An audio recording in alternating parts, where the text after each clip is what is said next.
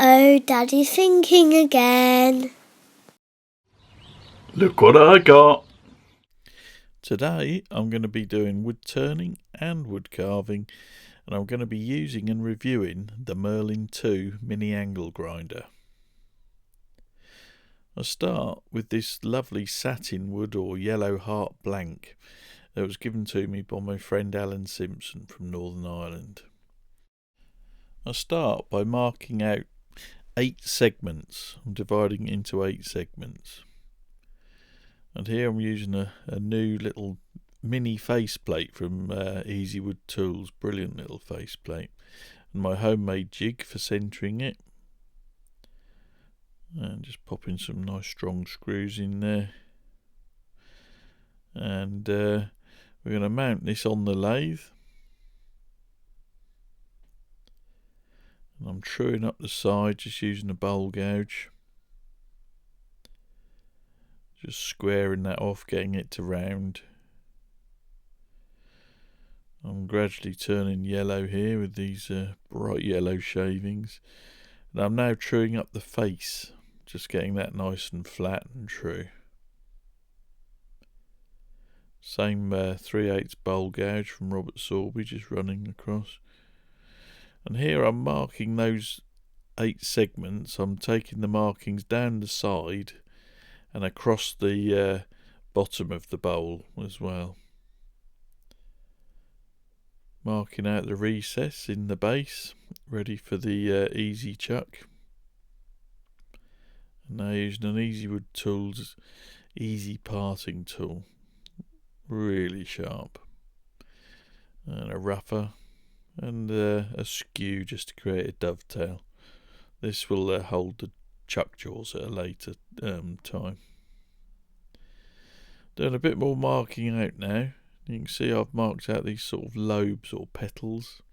Onto the bandsaw, just cutting away the waste wood. It's easier to do this while the blank's still flat.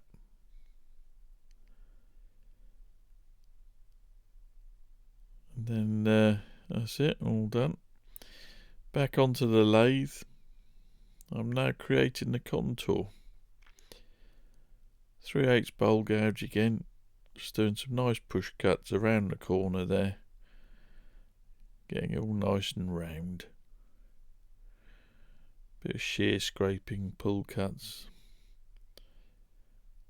Then the faceplate comes off. On goes the easy chuck, turning it round, expanding the jaws into that recess, and doing the other side, same contour. Getting that nice and round with my bowl gouge.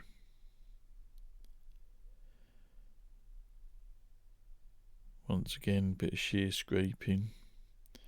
And here I'm contouring the middle, because I want it to, the edge of the bowl to go down into the middle. Putting my markings back in so I haven't lost those.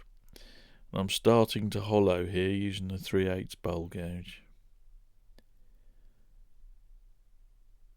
Just taking it nice and easy, making sure the bowl gouge is nice and sharp.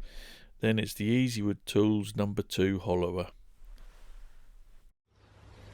I've got some post. Nice big box from the USA. In here is a tool that will be so useful. I'll let you have a look. I've ordered one of these. There we are. It's a Merlin 2 by King Arthur's Tools, and they're from Tallahassee in Florida, and it's the Nick Agar signature series, and this is just amazing bit of kit. I've been so excited about this arriving, and it's going to help me so much with my wood turning and wood carving project. Well, we'll have a look and I'll show you what's inside. Anything that Nick Agar puts his name to has got to be good.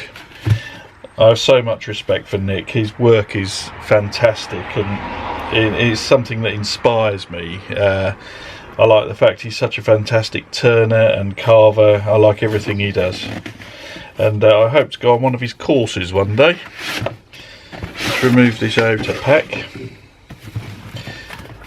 This, it says it's the basic set, but there are some extras in here, some extra bits and pieces. So you get a nice bag, tool bag, and in here is the Merlin 2, and it's a long neck angle grinder, really, a mini long neck angle grinder. This is just amazing, absolutely incredible. It's really well built, you know, you can just feel it in the hand. It's heavy and got a feeling of quality about it. And the you can see the chainsaw style blade on there. I mean, that is just going to remove wood at an enormous rate. Don't get this confused with similar looking tools that are available. This is a much more heavy duty machine. Really good. UK plug. And there's a full set of safety instructions and things in there, and the Allen key for changing tools. I'll put that to one side. And then we've got the accessory box. That box over there. And in here is some bits and pieces, some different attachments for it. A lot of sanding discs of varying grades, and they're the hook and loop ones, and they fit on these pads. There's a firm and a soft, and for quick change, and they all fit on special mandrels. A couple of these brushes, which I know Nick advocates for removing debris from natural edges and bark. I'm really interested to try those. They look really good. Buffing pad, and all these bits go on this quick change mandrel. Got some more fibre backed quick change sanding discs, and these are quite coarse ones for doing shaping. And these are what I'm finding really interesting. And these packets here are these carbide cutters covered in little spikes. This is the green fine one. There's a couple of red ones which are slightly coarser. Another shape there, slightly rounded. This one's flat. And I've got purple one. You can probably see the serrations a bit easier on that one, but that is really coarse. That's the extra coarse one.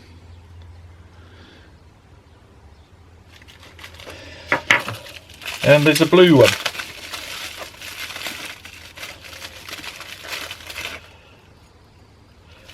Which is another fairly coarse disc that's somewhere between the purple and the red. Well, I'm really looking forward to those, using those. It gives you a set of all the different things. And the other thing I've in the box, quite a few spare discs. Been rearranging all my boxes. I think I'll keep it all in this, which is one of the really useful boxes, and I've put a divider in the bottom, so should be able to put all the different grades and tools and accessories in there with the main tool on the top. Now obviously anything like this, which is a kind of a mini chainsaw, you got to use it safely. You know, you could do a lot of damage with this. read all the safety instructions that they give you. They've recommended that you wear gloves, and they tell you how to hold it. So do read all the safety instructions. Make sure you leave the safety guard on as well. That can be positioned into a couple of different places. But yeah, read the instructions.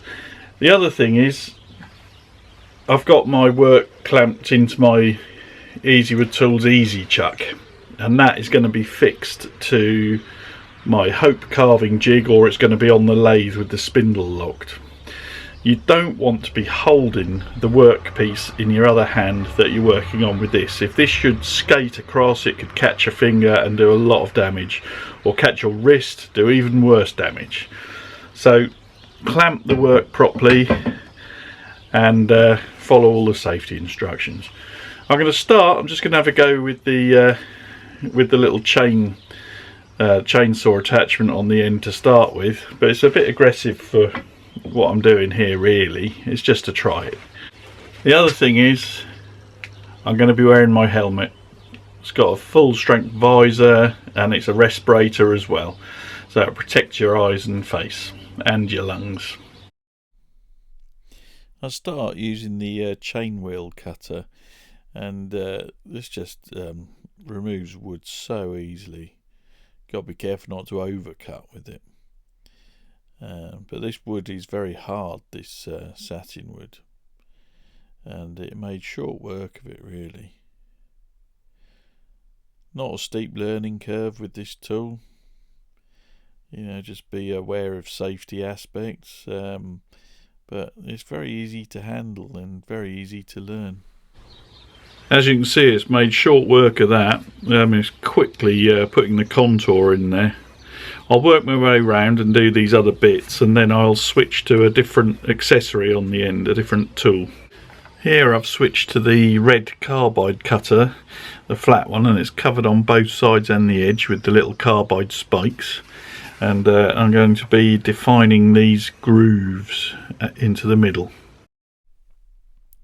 I know I'll probably say it several times in this video, but this tool is very easy to handle.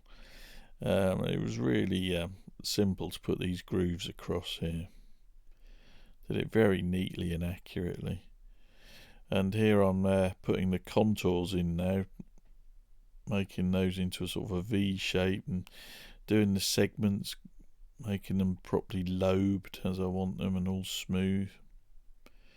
Really what I'm doing is cutting away the angles to get it round. I've switched to the blue, slightly coarser carbide cutter here. And in fact, I did use the purple one for quite a bit, just to remove a bit more stock a bit more quickly. But it was very easy to get used to. Just turning it round now on the carving jig and doing the same thing on the other side, defining the segments and then shaping. This is the stage I'm at, and the carving part of it is done really. So I'm now going to switch over to sanding using the Merlin 2. I might have to go back in places and go back to one of the carbides if I've got some deep grooves or things, but I'll see if we can just finish it by sanding now. To get to this stage from where you last saw it in the video took only an hour, so it shows how efficient the Merlin 2 is for removing stock. It's the first project I've ever used. It was brand new out of the box when I started this, and I got on really well with it. Amazing bit of kit. So that's the basic shape. Now I've got to try and get a nice tactile finish to it. Now I've got a couple of options with the sanding. This is the soft pad, and just Velcro, hook and loop sandpaper goes on that, and I've got quite a few of those discs, and that fits directly on the Merlin 2, the same as the carbide wheel does. So that's one option. There's also the firmer pad as well. The other thing is to use this mandrel, and this is the quick change mandrel, and you can use these sanding discs, and you see they've got a plastic thread on the back, and They simply attach straight on there, so they're for quick changing. So I'll probably need to use that to get down into some of the grooves, and this to do the convexities. But I'll experiment and see how I get on. Using the quick change sanding disc first, because I can get right down into those grooves a bit better, because it's quite thin on the edges. There we are. I've just gone over this with 120 grit, and it's just used up one disc, and it's amazing. It's about the closest thing I can say to pleasurable sanding. I've got rid of just about all the scratches and grooves. I've got to do some work in these yet. I've got to work out a way of doing that, but incredible how quick I can achieve a good finish on this. I'm going to work through the grades now, and then I'll get back to you. Little bit of sanding action in case you're having trouble sleeping. Just defining the shape a bit more. As you can see, I've been doing a lot of sanding. Getting there with the piece. I've just given it a quick buff and rub just to highlight where I need to do some more work on it, but you can see it's getting there. The Merlin 2 with this pad attachment on is brilliant. It does make sanding so quick and easy, but obviously it's still going to take a bit of time on a complex piece like this. Because it's contra angle at the end, it's coming out the side, it gives you great control for sanding, so it's fantastic. On the end of a drill it can skate about. Obviously if you're doing the bottom of a bowl you haven't got any option, but with a contra angle tip like this, it's fantastic. I'm going to have to turn away my recess before I do anything else, so I'm going to reverse this on the lathe with some longer easy reach jaws for my easy chuck, and turn this away, and then I can finish my sanding. So that means I'm going to have to hold it by hand to do the final sanding stages, but I would do anyway. I'm going to have to do some hand sanding on this at some point. But there we are. I won't bore you with shots of me sanding, because there's only one thing worse than sanding, and that's watching someone else sanding. So I'll get back to you in a bit. Back on the lathe with the easy reach jaws on the easy chuck. These are slightly longer, so it gives a bit more purchase on the inside of the bowl. And here I'm just turning away the recess using my Sorby 3/8 bowl gouge. Just gives the bottom a bit of a better contour, looks a bit more professional. Just doing a few push cuts across there, and then sanding with the Merlin 2. A bit of sanding with the lathe running as well, and then more sanding. Lots and lots of sanding. That's it, sanded to 800, and I've given it a quick buff just to spot a few areas that need a bit more work. It's feeling good, nice and tactile. What I'm going to do now is brand the bottom, then I'm going to spray it with a couple of coats of cellulose sanding sealer, bit more sanding, and then a lot of buffing. As promised, 2 coats of sanding sealer. This is the Chestnut Products aerosol one. Bit of Vonax on my buffing wheel. This is after I've sanded a few bits away. And I'm just buffing. Another project finished. There it is. Really pleased with that. Really beautiful wood. Thank you, Alan, for sending me that. As I say, it's Satinwood or Yellow Heart. Probably goes by several other names as well, which no doubt people will tell me. But lovely, lovely wood. And really pleased with the shape. It came out exactly as I had it in my mind's eye. And it's nice and tactile. It's got a nice bit of weight to it. And it's interesting. It's not just a bowl. So there we are, all buffed up on the buffing wheel with Vonax, and finished off with some Chestnut Products microcrystalline wax, and just gave it a final buff with that. You can see the finish, and there's lovely chatoyancy on there. I don't know if I can really demonstrate that, but beautiful, beautiful wood. I don't know what it looks like. Is it a flower? Is it a fancy loaf of bread that you break up into rolls? I don't know. Or is it a pumpkin? My first thoughts were pumpkin or squash. I think we'll call it a pumpkin bowl. But you'll see by the title. Anyway, that's part of the story. I came up with this design because I wanted to test out the new tool I'd ordered from the States, and I shall come to that now. The Merlin 2, which was just brilliant, exceeded all expectations. Serious bit of kit, really nicely made, and very, very versatile. Easy to use. I mean, you can sand with it, carve with it, texture, brilliant, absolutely brilliant, and cut and polish.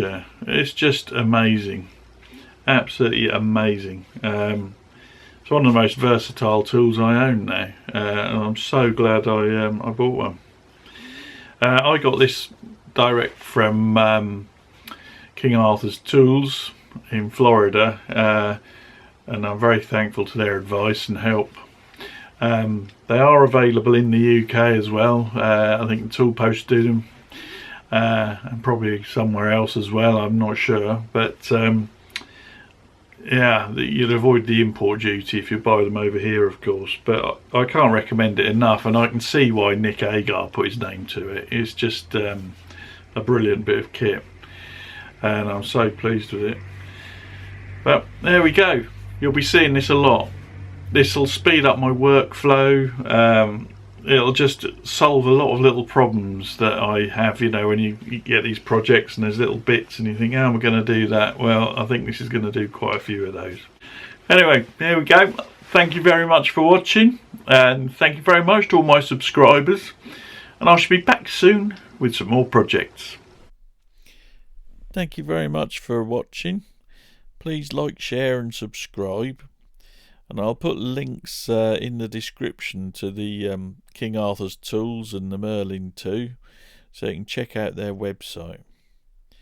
But as I say, please like, share and subscribe. Costs nothing to subscribe, and you'll be notified when I put out new videos. But I hope you enjoyed this project. Certainly a bit different to the usual bowls I do. I'll be back soon with some more projects. More rubbish coming soon.